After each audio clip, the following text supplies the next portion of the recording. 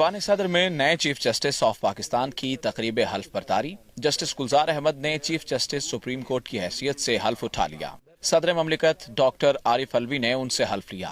As Chief Justice of Pakistan, I will discharge my duties and perform my functions I will discharge my duties and perform my functions honestly to the best of my ability and faithfully. honestly to the best of my ability and faithfully. تقریب حلف برداری میں وزیر اعظم Imran Khan, army chief general Qamar Javed Bajwa سمیت مسلح افواج کے سربراہان، چیئرمین سینٹ، اسپیکر قومی اسمبلی، گورنرز، ججز، وکلاء سمیت وفاقی وزراء کی بڑی تعداد شریک ہوئی۔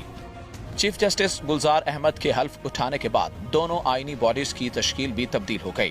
Chief justice Gulzar Ahmed supreme judicial council کے چیئرمین بن گئے۔ Justice Umar Ata Bandial judicial council کے رکن، جبکہ جسٹس مقبول باقر ججز تقرری جوڈیشل کمیشن کے رکن بن گئے ہیں۔ وہ سپریم کورٹ کے 27ویں چیف جسٹس ہیں۔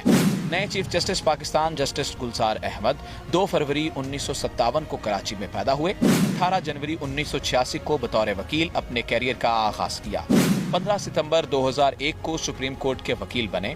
وکالت میں بڑا نام اور مقام کمایا۔ 27 اگست 2002 کو سندھ ہائی کورٹ کے جج کی حیثیت سے حلف اٹھایا۔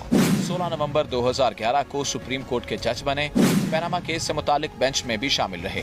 کراچی میں مقدمات کی سماعت کے دوران قبضہ مافیا اور مختلف کمرشل عمارتوں پر تجاوزات کے خاتمے کے احکامات دیے۔